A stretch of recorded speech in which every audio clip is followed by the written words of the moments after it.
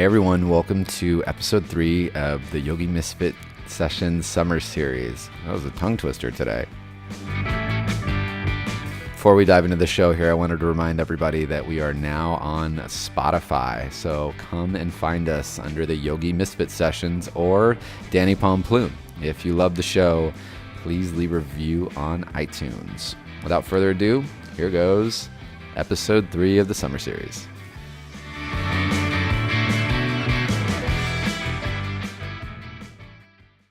Hey everyone, and welcome to episode 3 of the Yogi Misfit Session Summer Series. I'm Danny Pomploon. And I'm Susannah Freedman. And welcome to the show. We can't believe you've stuck with us this far. Have we been that bad?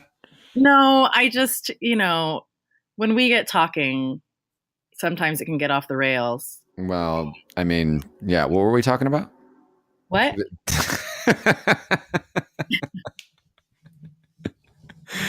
Oh man, today, Danny. So if you're just happen to be tuning in to this episode, it's just been me and Susannah offering nothing but shenanigans. No, we've been answering questions from you guys for this special summer series. People were asking in about teacher questions. People were asking about just everyday like practical questions. But we took a little Facebook and Instagram poll, and we divided it up into 4 episodes. And this episode is called "Taking Yoga Off the Mat." This I'm really excited about, Susannah. Me 3. Why are you so excited? Well, because, the real yoga isn't really just on the mat. Like, we live in yoga. Yoga is happening all the time around us. We don't, we don't create it or uncreate it. We just step into the river of it. Right. And so it's most impactful for people, like for our own lives and for people around us, when we really do yoga off the mat in our relationships, in the way we conduct ourselves, the standards we hold ourselves to, et cetera, et cetera. Yeah, it's more than just the physical part of it. It dives a little bit deeper. For sure. Yeah. All right, let's get into it. So the first thing the first question that we got, what's the difference between asana and a yoga practice? I mean, that's kind of like, I mean, I guess it's simple for me. I understand it, but let's have you break it down, Susannah. What do you think the difference is? Okay, well, just for people who aren't up on the Sanskrit, asana is the physical practice. And so I don't know that I would say there's a difference between asana and the yoga practice. I would say that asana is one part of a yoga practice. That's a really good way to put it. Yeah. So like just going on your mat, and following your breath and trying to be present, that is good work. Like that is totally part of yoga. I think a full practice, like I just said, is when you try to live it in that way, try to live consciously in that way, moment to moment, which is just, that's really the hard work. Like that's really the advanced shit. So will you break down, just so that people know, like, just to break it down a little bit. So there is asana is a part of the yogic path. Yes. Mm-hmm. Can you explain to people what the 8-limb path is, and kind of like, and maybe just like little cliff notes of the yamas and the niyamas, just in case people aren't used to knowing this, but like, it's pretty much what I consider all that. It's like the standards or the guidance to follow of like how to be a good person. Sure. So the lineage that asana comes from Patanjali's Yoga Sutras. And in the Yoga Sutras, Patanjali lays out the 8 limbs of yoga, like the 8 steps, the 8 things that we work with in order to, at some point, reach samadhi, which would be just absorption back into pure consciousness and bliss. So the first, I'm just going to go through no big deal. Just absorption back into consciousness. Yeah. No big deal. Just like, casual Saturday.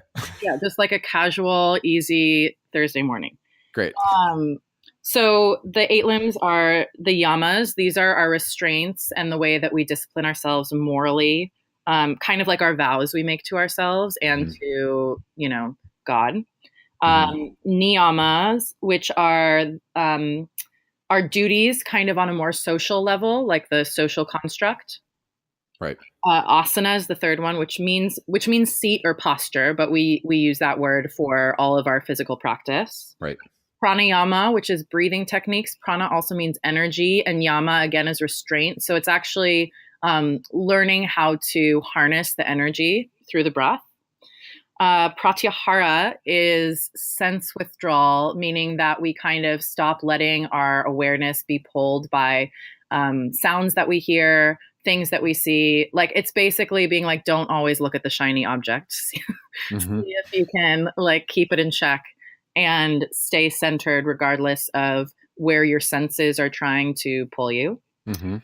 Dharana is focused concentration. So it's watching one thing and or thinking of one thing without deviation, without losing that thing at all, to the point where if you're using drishti, like if you're staring at something, it's to the point where you can't tell the difference between yourself and the thing you're staring at.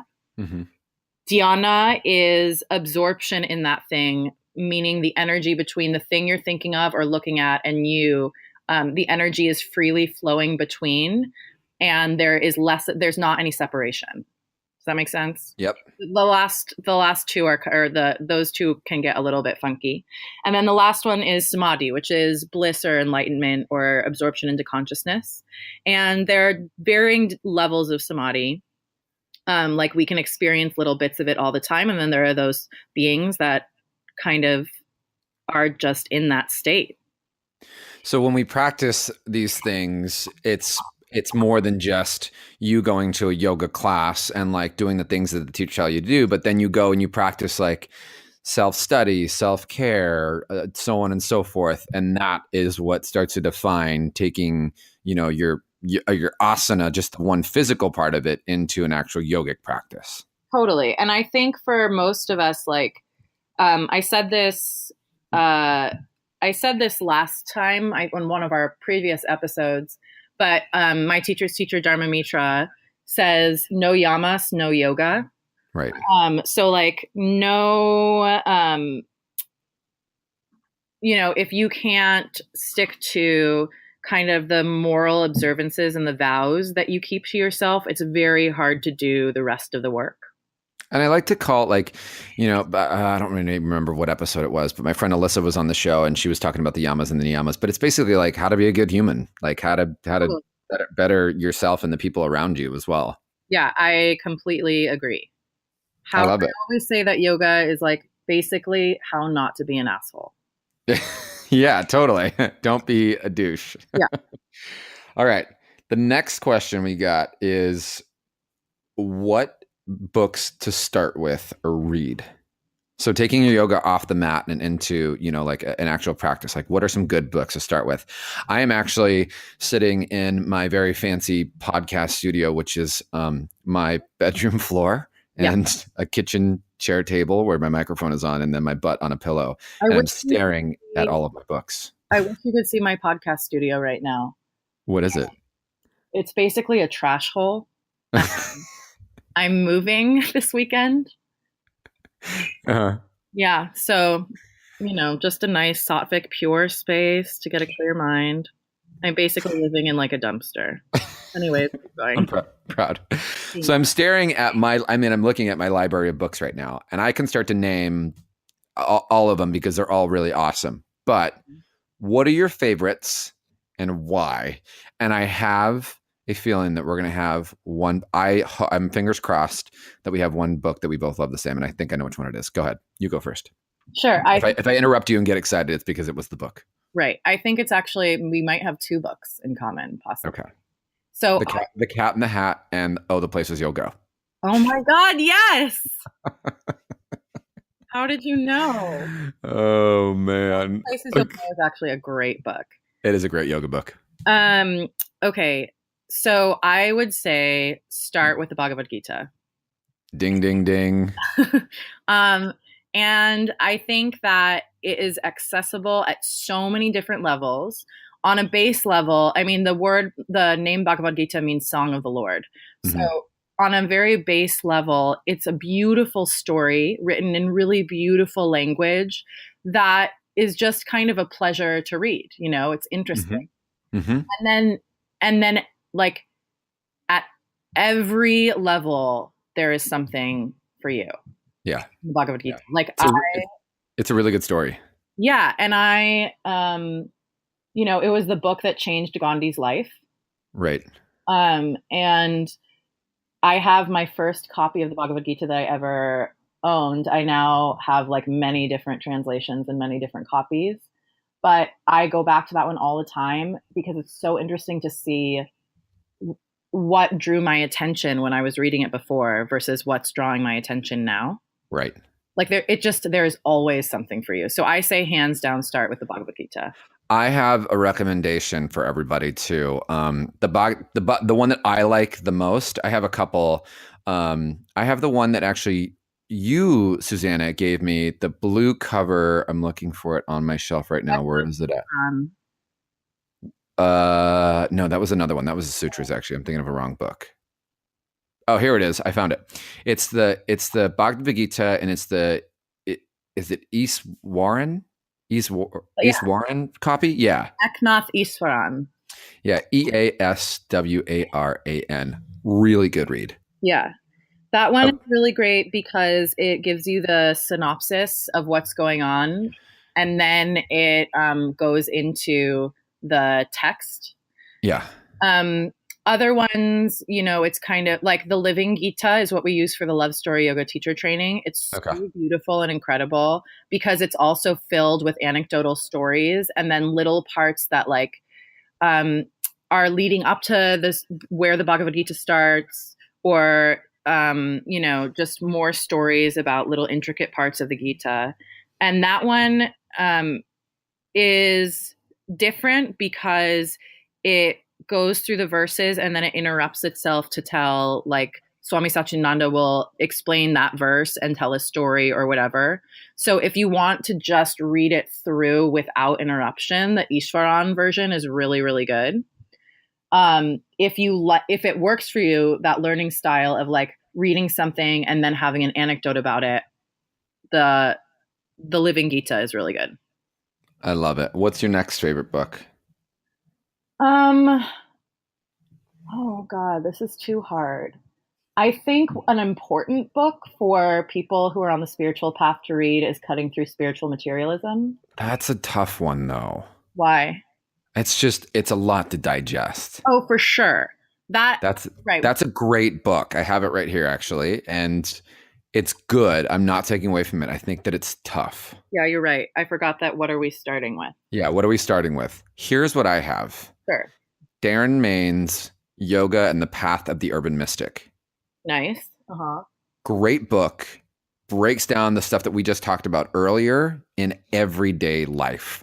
So it kind of demystifies like the yamas and the niyamas. And he's just really funny. Like the way he writes this book and the way he talks in this book is just like you were talking to a normal person on the street. You know, it's not so hard to digest. It is one of my favorite books. And I in my teacher training, it's a required reading. I make everyone read this book because I think it's such a great way to just like, you're like, oh, okay, this stuff is really relatable. Yeah.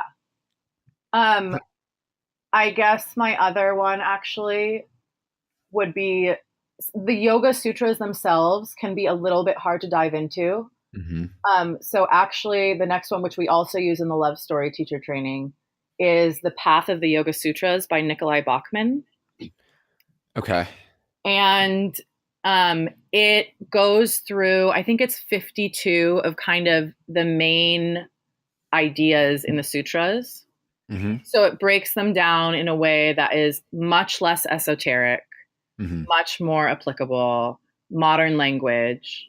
So I would actually start with that before even reading the sutras, because I think it gives you like a really solid foundation to then step into the more sort of like particularity of the sutras. Right, right. And then my last one, I was hoping that this one, I don't know if this is one of your recommendations or if you've read it in a long time, but like one of the best books out there that just like describes all of yoga is The Heart of Yoga. Yeah. Such a good book. it goes through everything. It goes through the start, where it came from, the pranayama, the yamas, the niyamas, like all of that stuff. It's just all in there, and it's really digestible. Yeah, and there's a reason why that book is on like almost every teacher training reading list. Because it's so good. It's so good, and yeah, like you said, it's so digestible. So digestible. And Cat in the Hat. And Cat in the Hat. Well, I don't know. I don't know if I would do Cat in the Hat or if I would do the Places You'll Go. The Giving Tree is very yogic. Oh God, break. It's also one to make you cry. Yeah. The Giving Tree is really yogic. Actually, even The Places You'll Go is really yogic, kind of getting you out of your own way to like experience samadhi. Yeah, kids' books are great. They're the best. All right, that's the books. The last one I have, or actually, there's two more topics, so we can get to them both. But yoga, like taking your yoga off the mat into social impact. Mm-hmm. What do you think about it? How do you do it? What do you do? How do you start? Well, as this, I don't know if for our audience, maybe it doesn't sound cheesy, but sometimes I feel kind of cheesy saying it. Like I really, really, really do try to live my yoga. So like I really do try to be as kind to people as I can, even strangers, even people who are treating me poorly. Like believe me, I'm not a doormat as anyone who's ever taken class with me knows. But I really do try to live by those principles as much as I can. So that's the first thing, is like we talked about in the beginning, just bringing it into your life. Mm-hmm. The other things I do kind of like as a teacher and to help remind students is, actually every Thursday morning I teach a class at Flying Studios in Oakland at 9:30, mm-hmm. and all of my earnings for the rest of the year from that class go to Planned Parenthood. Oh, nice. Yeah. So it's little stuff like that, or like doing, fundraisers and donating to a cause that you feel strongly about. Like I just taught for Rise, which is bringing yoga into high schools, mm-hmm. which I love. So there are a bunch of things, like as a teacher and a student, like there are a bunch of like events that you can do and classes that you can go to that actually are really beneficial to like people other than yourself. I think there's so many ways to, I mean, all those ways are great, but I think that also, reminding people that just start in your community. Yeah. It doesn't have to be something like huge and big and bold, although it can be, but start something small in your community. Go teach, it's a good one. Go teach at a public school. Like just get for free. Go like maybe once out of the year, go teach all the teachers a restorative class. They deserve it. That is making an impact. Yeah. Like that's a part of it. And then, obviously, that I'm a big believer in all the charity events, and I try to support as much charity as I can, whether it's homeless youth, or that's my big one, is like the homeless youth thing. But yeah, just so many things that you can do with it. That's the easiest way to say it. There's so many things that you can do charity event wise. You can go help out other people. But also practicing your yoga in your day-to-day life and being mindful of how you do things and what you're doing, like consumption and so on and so forth, that also has a social impact. For sure. And, the way that you are and the way that you live your yoga, that's what draws other people to change. It's mm-hmm. seeing how you're living it. It's not hearing about it or reading about it. It's right. Being in the presence of someone who is really living it is really transformative. That's a really good point. Yeah, it's actually like walking your talk. For sure. Yeah, exactly. All right, we have time for one more. Okay. The last one is, what should yogis eat, and what kind of conscious food choices should they make? Oh, man. I am enlightened, so I just breathe air. I don't really eat these days. Yeah. You answer first. What should yogis eat? Okay, yeah, let's dive into this. I've taught at studios, and I always get like, what do you want to eat this weekend? Are you vegan? Are you vegetarian? And I'm like, none of those things. We'll pause on that for a second. I was none of those things. And, I kind of just, I ate whatever for a really long time. I ate processed foods. I ate a ton of meat. I ate da da da da da da da. And then I think, was it me and you were talking about this recently when I started doing all this meditation stuff and I started diving deeper into meditation and into studying more of the yoga practice? What I'm starting to realize is how much karma do I want to take with me in this life to the next life? Now, that's not to say that I'm 100% vegan or that I'm 100% vegetarian, because I'm human and I'm still going through my journey. But for me personally, I don't eat a special type of yogic diet. You can go to an Ayurvedic practitioner and get a brand new art. And just so you guys know, Ayurveda is like the science of yoga, you would call it, yeah. Yeah, I mean, that's good. Yeah. And there are special diets that you can get, from a practitioner. What I would say is to be conscious of the things that you're doing. So what came up for me while I was, and it was funny, it actually came up on food. What came up for me was that I used to eat a lot of meat and just not think about it. And that's not a bad thing per se, but for me, as I start to study more, whatever it is that I'm putting into my body, I want to be more conscious of it. I actually want to know where it's coming from and how it's being treated. You know what I'm saying? Absolutely. There's like, I mean, I want to be more that's what it is. I want to be more mindful as to what is going into my body. Yeah, perfect. I think that that's a great answer. And I think the thing that, I have been vegan, I've been raw, I've been vegetarian, and not for like a month, like for long periods of time. Maybe this is my story. We don't need to analyze it. I have some autoimmune health issues, and I really didn't want to eat meat because of the practice and my beliefs. And then I had Western doctors tell me that I should eat meat, and I was like, oh, of course you're a Western doctor, And then I had, I've had doctors of Tibetan medicine, and other doctors from the more Eastern traditions tell me, like, you need to eat a little bit of meat for yourself, like for your system, that is going to be more healthy. And so the thing that I liked about what you said was that we just have to be aware of the karma that we're taking on. So Right. like when I do eat meat, I have a whole ritual for myself that I do. Yeah. And I am really grateful, and I really, really try to thank the animal. And I also acknowledge that I'm taking on this karma. Right. And, for me right now, like that's just where I'm at. And I have to be okay with that, because I have a lot of self-judgment about that too. Sure. And I also think too, like, not only that, like, I mean, this is now turning into like more diet stuff, but like everyone's body's different. So you can't just say that an Ayurvedic diet is good for you, that a vegan diet is good for you, that this diet is good for you, because everyone's body is completely different. So I would say, I mean, to put a pretty little bow on this, you got to eat what feels right and what actually fuels you, and where it's feeling good, not just feeling good physically, but actually feels okay, Yeah. And I want to put what goes on top of a bow. Maybe like a flower in the bow or something. The pretty little name tag that you put on it. Little name tag. Is that, in one of the first sadhanas that I did with my teacher, we were going through the yamas and ahimsa, kindness, non-harming. And she's like, so that in a yogic way, and historically means like not eating meat. And and she was like, but what's just as bad or worse than eating meat? Judging the people who eat meat.